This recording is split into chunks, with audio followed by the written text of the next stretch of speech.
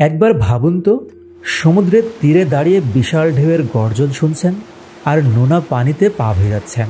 এমন সময় পায়ের কাছে ভেসে এলো দলাকৃতির বস্তু। জানলেন এসব হলো তিমির বমি, আর এর দাম কোটি টাকার বেশি।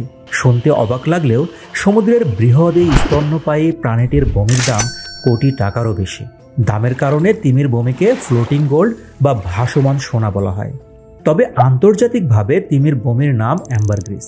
ফরাসি শব্দ অ্যাম্বার আর গ্রিস মিলে ইংরেজি অ্যাম্বারগ্রিস শব্দটি এসেছে। মূলত স্পার্ম তিমির পেটে তৈরি হয় এই অ্যাম্বারগ্রিস। শুনতে অবাক লাগলেও তিমি মাছের বমিতে এমন কিছু উপাদান রয়েছে যার কারণে এই বমি বাজারে বিক্রি হয় কোটি টাকা মূল্যে।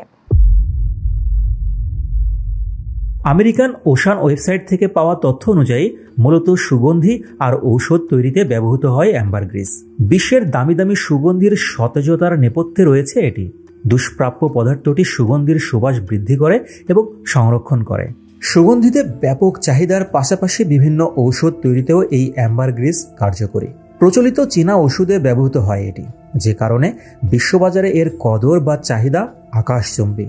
অ্যাম্বারগ্রিস অবশ্য খাবারের কোনো উপকরণ নয়, এরপরও একে খাদ্য মশলা হিসেবে ব্যবহারের কথা শোনা যায়।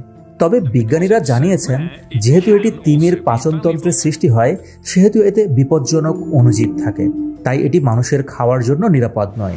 অ্যাম্বারগ্রিস বা তিমির বমির বিষয়ে বিস্তারিত তথ্য দিয়েছে ফ্লোটিং গোল্ড আর natural and unnatural history of ambergris বইটির লেখক ক্রিস্টোফার কেম্প। তিনি একজন ইংরেজ বিজ্ঞানী ও বিজ্ঞান বিষয়ে সাংবাদিকতা করেন। বর্তমানে তিনি মিশিগান স্টেট ইউনিভার্সিটিতে কাজ করছেন। ক্রিস্টোফার জানিয়েছেন কিভাবে অ্যাম্বারগ্রিস তৈরি হয় আর তা সৈকতে ভেসে আসে। এই বিজ্ঞানী লিখেছেন, মূলত স্পার্ম তিমির পাকস্থলীতে মহামূল্যবান অ্যাম্বারগ্রিস তৈরি হয়। এটি তৈরি হতে অনেক সময় লেগে যায়। এই সময়টা বছরের বেশিও হতে পারে। স্পার্ম তিমি হাজার হাজার স্কুইড খায়। এসব স্কুইডগুলোর মধ্যে অনেকগুলো হজম হয় না। এগুলো পাকস্থলী ও অন্ত্রের মাঝখানের জায়গায় গিয়ে জমা হতে থাকে। দীর্ঘদিন ধরে জমা পড়ে থাকতে থাকতে আর তিমির তন্ত্রের বিভিন্ন রাসায়নিকে এসব স্কুইড অ্যাম্বারগ্রিসে পরিণত হয়। স্পার্ম তিমি পরে তা মুখ দিয়ে বের করে দেয়। ক্রিস্টোফার জানান, অ্যাম্বারগ্রিস প্রথম অবস্থায় মোমের মতো পিচ্ছিল হয়। তিমির মুখ দিয়ে বের হওয়ার সময় দুর্গন্ধযুক্ত থাকে। তবে সমুদ্রের নোনা পানির সংস্পর্শে আর ঢেউয়ে ঢেউয়ে তীরে ভিড়ার পথে এর দুর্গন্ধটা চলে যায় আর সুগন্ধ ছড়াতে থাকে।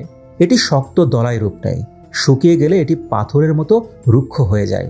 কখনো অ্যামব্রেন নামক গন্ধহীন এক ধরনের অ্যালকোহলের কারণে এটি আরও মূল্যবান হয়ে ওঠে। অ্যাম্বারগ্রিস থেকে এই অ্যালকোহল বের করা হয়। পারফিউমের সুগন্ধ দীর্ঘস্থায়ী করতে ব্যবহার করা হয় অ্যামব্রেন। অ্যাম্বারগ্রিস থেকে কি পরিমাণ অ্যামব্রেন পাওয়া যাচ্ছে সেটাও গুরুত্বপূর্ণ। অ্যাম্বারগ্রিসের রং দেখে এটি অনুমান করা যায়। কালোর মধ্যে সবচেয়ে কম অ্যামব্রেন এবং সাদার মধ্যে সবচেয়ে বেশি পাওয়া যায়। সাধারণত সাদা অ্যাম্বারগ্রিস থেকে সেরা মানের পারফিউম বা সুগন্ধি তৈরি করা হয়।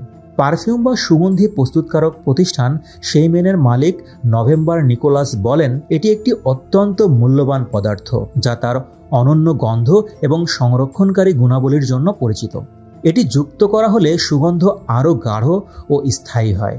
নিকোলাস বলেন, অ্যাম্বারগ্রিস তীক্ষ্ণ বস্তু যেমন স্কুইডের ঠোঁট থেকে তিমির অন্ত্রকে রক্ষা করার জন্য উৎপাদিত হয়। এক পর্যায়ে তিমি এটি উগড়ে দেয়, তখন সমুদ্রে ভাসতে বা উপকূলের কাছে দেখা যায়। অ্যাম্বারগ্রিসকে অবশ্য তিমির বমি বলতে রাজি নন ক্রিস্টোফার, কারণ কোনো খাবার খাওয়ার পর তা হজম না হয়ে মুখ দিয়ে বের হলে তাকে বমি বলে। খাবার খাওয়ার সঙ্গে বমির ঘটনার সময়টা খুব বেশি নয়, কিন্তু স্পার্ম তিমির পাকস্থলীতে অ্যাম্বারগ্রিস তৈরি হতে বছর পেরিয়ে যায়। যদিও অ্যাম্বারগ্রিস হাজার বছর ধরে সুগন্ধি তৈরিতে ব্যবহৃত হয়ে আসছে, তবে সাম্প্রতিক বছরগুলোতে এর ব্যবহার কমে গেছে। এর অন্যতম কারণ দুষ্প্রাপ্যতা এবং ব্যয়বহুল। তার উপর রয়েছে আইনি প্রতিবন্ধকতা। অনেক দেশে স্পার্ম তিমি শিকার নিষিদ্ধ এবং তাদের থেকে তৈরি পণ্যর ব্যবসায় কঠোর বিধান রয়েছে। তাই অ্যাম্বারগ্রিস বর্তমানে মূল্যবান এবং বিরল উপাদান হিসেবে বিবেচিত হয়। অনেক সুগন্ধি প্রস্তুতকারক কারখানা অ্যাম্বারগ্রিসের বিকল্প অনুসন্ধান করছে। কালোবাজারে অ্যাম্বারগ্রিসের চাহিদা প্রচুর, যে কারণে অ্যাম্বারগ্রিস পাচারে আন্তর্জাতিক চক্র জড়িত। ভারতের তামিলনাড়ু রাজ্যের তুতিকোরিন উপকূলে তল্লাশি চালালে তিমির বমি পাচারকারী একটি চক্রের 5 জন সদস্য ধরা পড়ে। তাদের কাছ থেকে তিমির 18 কেজি 100 গ্রাম বমি বা অ্যাম্বারগ্রিস জব্দ করা হয়। যার বর্তমান বাজার বাংলাদেশি মুদ্রায় প্রায় 40,88,42,000 টাকা। অর্থাৎ কালোবাজারে বর্তমানে তিমির 1 কেজি বোমের দাম 2,27,00,000 টাকার বেশি। কক্সবাজারের টেকনাফের শাহপুরী দ্বীপ থেকে সম্প্রতি 8 কেজি 398 গ্রাম তিমির বোমিসহ এক যুবককে আটক করেছে বর্ডার গার্ড বাংলাদেশ বিজিবি। অভিযানে জব্দ করা তিমির বোমি বা অ্যাম্বারগ্রিসের আনুমানিক বাজার মূল্য প্রায় 21 কোটি টাকা বলে জানিয়েছে বিজিবি। কক্সবাজারের রামুর বাংলাদেশ ওশানোগ্রাফিক রিসার্চ ইনস্টিটিউটে পরীক্ষার পরই নিশ্চিত হওয়া যায় বস্তার মধ্যে থাকা জব্দ হওয়া চালানটি অ্যাম্বারগ্রিস বা তিমির বোমি। যুক্তরাজ্যের ন্যাচারাল হিস্ট্রি মিউজিয়াম সূত্রে জানা যায়, রহস্যময় পদার্থটির উৎস সম্পর্কে মানুষের ধারণা প্রথম পরিষ্কার হয় 18 শতকের গোড়ার দিকে, বিপুল পরিমাণ তিমি শিকার শুরু হওয়ার পর। তিমির বোমি বা অ্যাম্বারগ্রিসগুলো কখনো কখনো ভাসমান অবস্থায় সাগরে ভেসে থাকা অবস্থায় পাওয়া যায়। মন মাতানো সৌরভ ছড়ানো ফরাসি সুগন্ধি তৈরিতে অ্যাম্বারগ্রিস এখনও খুব সাধারণ একটি উপাদান। ফ্রান্স ছাড়াও ইংল্যান্ড সহ আরও কিছু দেশে এর বিপণন বৈধ। ন্যাচারাল হিস্ট্রি মিউজিয়ামের সামুদ্রিক স্তন্যপায়ী প্রাণীর কিউরেটর রিচার্ড সাবিন বলেন, তিমি এখন বিশ্ব জুড়েই সংরক্ষিত, তবে ভবিষ্যতে ঝুঁকির মধ্যে পড়তে পারে। অ্যাম্বারগ্রিসের সিনথেটিক বিকল্প পাওয়া যায় এবং এটি ব্যবহারে উৎসাহ দেওয়া উচিত, তাহলে মানুষের মধ্যে তিমি থেকে সম্পদ আহরণের চিন্তাটা দূর হবে। বিবিসি জানিয়েছে 2021 সালে অ্যাডেন উপসাগরে একদল জেলে আরব আমিরাতের এক ব্যক্তির কাছে $15 লাখ অ্যাম্বারগ্রিসের একটি পিণ্ড বিক্রি করেন। এতে যে লাভ হয় তাতে 15 জেলের সবাই বাড়ি, গাড়ি, নৌকা কেনেন।